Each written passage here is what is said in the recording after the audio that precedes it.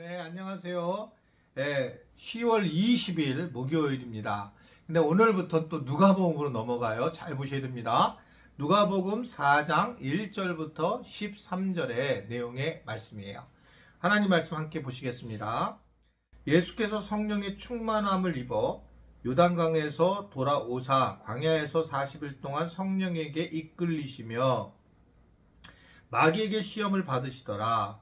이 모든 일에 아무것도 잡수시지 아니하시니 날수가 다함에 줄이신지라. 마귀가 이르되 내가 만일 하나님의 아들이여든 이 돌들에게 명하여 떡이 되게 하게 하라. 예수께서 대답하시되 기록된 바 사람이 떡으로만 살 것이 아니라 하셨느니라. 마귀가 또 예수를 이끌고 올라가서 순식간에 천하만국을 보이며 이르되 모든 권위와 그 영광을 내가 내게 주리라.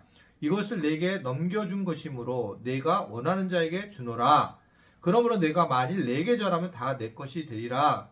예수께서 대답하여 이르시되 기록된 바 주 너의 하나님을께 경배하고 다만 그를 섬기라 하였느니라.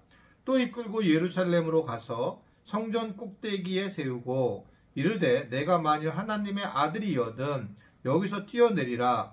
기록되었으되 하나님이 너를 위하여 그 사자들을 명하사 너를 지키게 하시리라 하였고 또한 그들의 손으로 너를 받들어 내 발이 돌에 부딪히지 않게 하시리라 하였느니라. 예수께서 대답하여 이르시되 주 너의 하나님을 시험하지 말라 하셨느니라.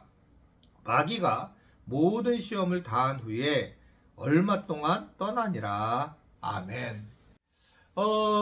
주일날 한번 마태복음 4장 말씀을 가지고 설교를 했죠. 시험에 대한 유혹에 대한 것을 이겨야 한다 라는 것을 이제 말씀을 했죠. 같은 마태복음 4장의 본문이었어요.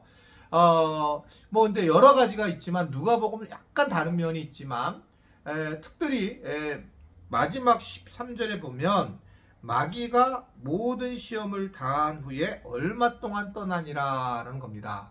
시험을 했다는 거예요, 마귀는. 그리고 그게 얼마 동안 떠나 있는 것이 마귀의 모습이라는 거 또 나타난다는 거죠.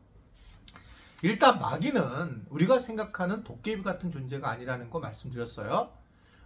마귀는 어떤 우리 생각의 구조를 가지고 들어오더라는 거죠.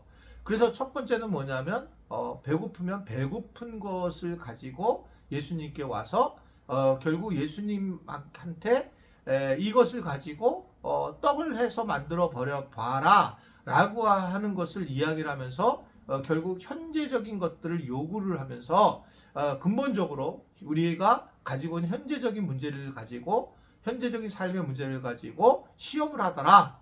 두 번째는 결국 또한 성경 말씀을 가지고 시편 말씀을 인용해서 결국은 예수님을 시험을 하더라. 그래서 그때 이제 주일날 말씀을 드렸지만 결국은 말씀을 가지고 우리를 시험하는 경우가 굉장히 많습니다. 어떤 분들이 저한테 그렇게 얘기한 분들이 계세요. 혹시 그 듣고 있는 분 계실 건데 저한테 와서 강력하게 얘기를 하시는 거예요. 하나님께서 우리 교회에 대해서 이렇게 하셨다. 아주 너무 분명하셨어요. 저는 그래서 내가 네, 그럴 수도 있습니다. 라고 얘기를 했어요. 물론 그 결과는 다릅니다. 말씀하신 분도 아마 제 말을 인정할 거예요. 그런데 그분이 그럼 거짓말이냐 그렇게 생각하지 않아요. 그분의 판단에 의하면 말씀을 통해서 그렇게 생각한다는 겁니다. 그런데 말씀이 잘못된 게 아니라 우리는 우리의 상황과 환경에 따라서 말씀을 우리가 툭 고를 때에 문제가 되는 경우가 굉장히 많이 있습니다. 제가 묵상에 대한 것 중에 가장 문제를 삼는 것은 뭐냐면 바로 말씀을 갖다가 자기가 이렇게 무슨 제비뽑기도 뽑아가지고 자기 삶에 영향력을 미치게 될 때에 그럴 때 저는 이것이 굉장히 위험하다고 생각하는 사람이에요.